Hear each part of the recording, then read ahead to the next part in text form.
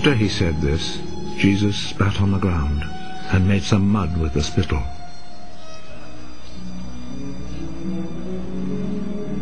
He rubbed the mud on the man's eyes.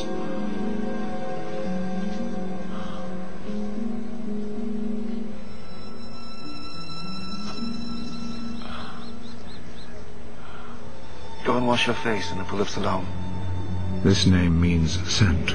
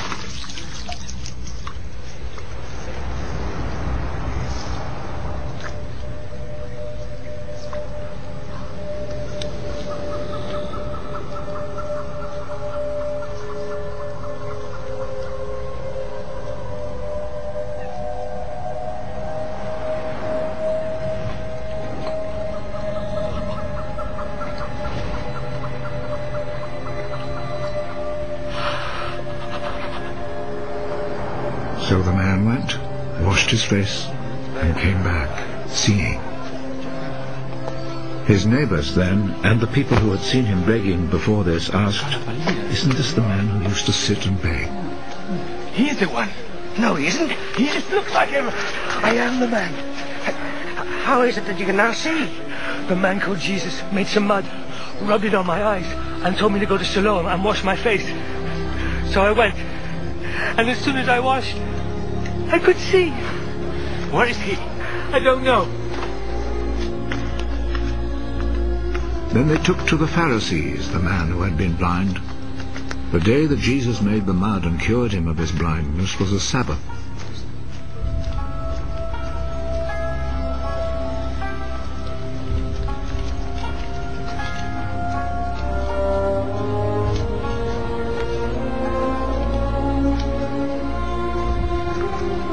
The Pharisees then asked the man again how he had received his sight.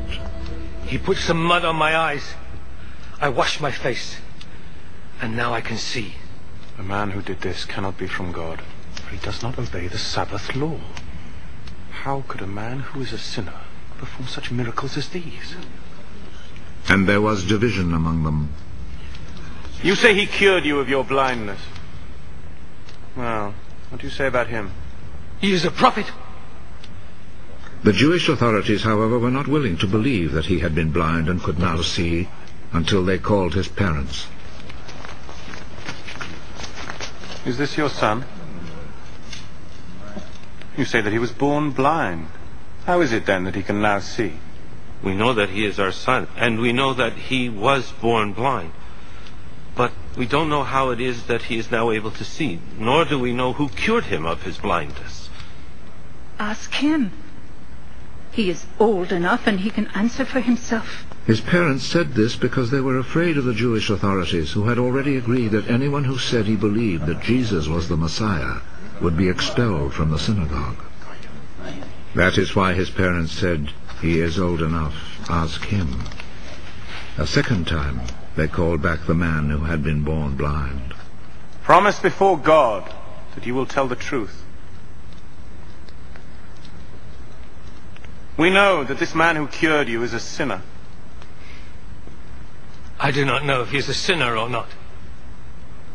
One thing I do know. I was blind,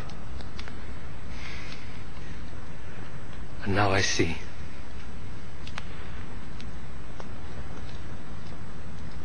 What did he do to you?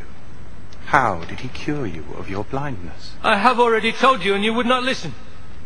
Why do you want to hear it again? Maybe you too would like to be his disciples.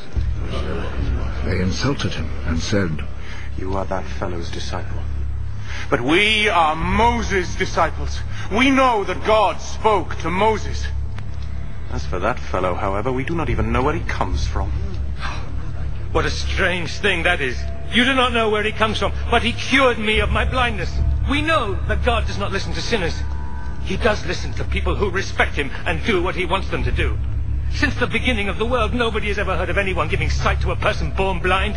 Unless this man came from God, he would not be able to do a thing! You were born and brought up in sin! And you are trying to teach us.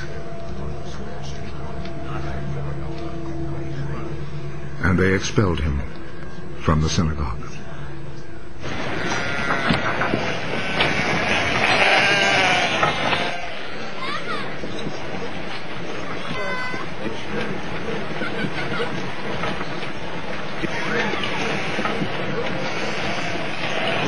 When Jesus heard what had happened, he found the man. Do you believe in the Son of Man? Tell me who he is, sir, so that I can believe in him. You have already seen him. He is the one who is talking with you now.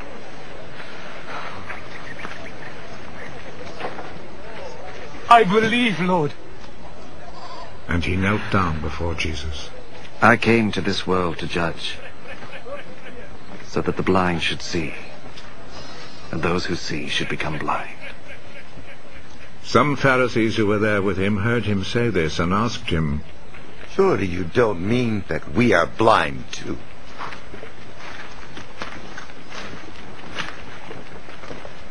If you were blind, then you would not be guilty. But since you claim that you can see, this means that you are still guilty. I am telling you the truth. The man who does not enter the sheep pen by the gate, but climbs in some other way, is a thief and a robber.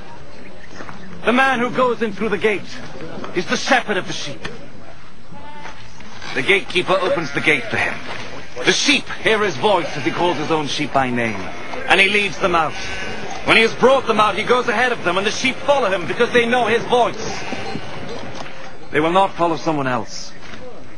Instead, they will run away from such a person, because they do not know his voice. Jesus told them this parable, but they did not understand what he meant.